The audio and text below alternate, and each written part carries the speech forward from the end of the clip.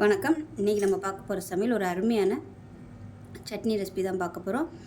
வெங்காயம் தேவையில்லை. இட்லி, தோசை, ஊத்தப்பம் எல்லாத்துக்குமே அட்டகாசமாக இருக்கும். சிம்பிளாகவும் இருக்கும். நல்ல ஒரு ஆரோக்கியமாகவும் இருக்கும். கடலைப்பருப்பு, அதாவது வேர்க்கடலை போட்டு செய்யும்போது நல்ல ஒரு ஆரோக்கியமாக இருக்கும்.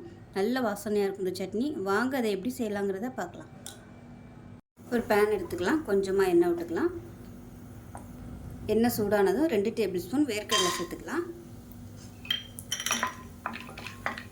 இது நல்லா வறுபடணும். இது கூடவே ஒரு 4 பல் பூண்டு சேர்த்துக்கலாம்.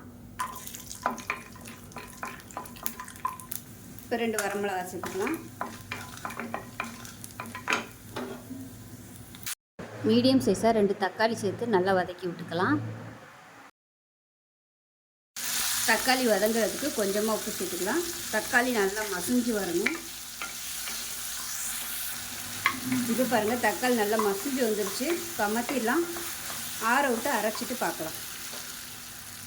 இப்போ பாருங்கள், வேர்க்கடலை வாசனையோட சூப்பரான சட்னி ரெடி ஆயிடுச்சு. இப்போ மிக்ஸியை அலசிட்டு கொஞ்சமாக தண்ணி சேர்த்துக்கலாம். இப்போ பாருங்கள், எப்பயும் போல் கடுகு, உளுந்து, பெருங்காயம், 2 வரமிளகாய் போட்டிருக்கேன். தாளித்து தான் கொதிக்கலாம்.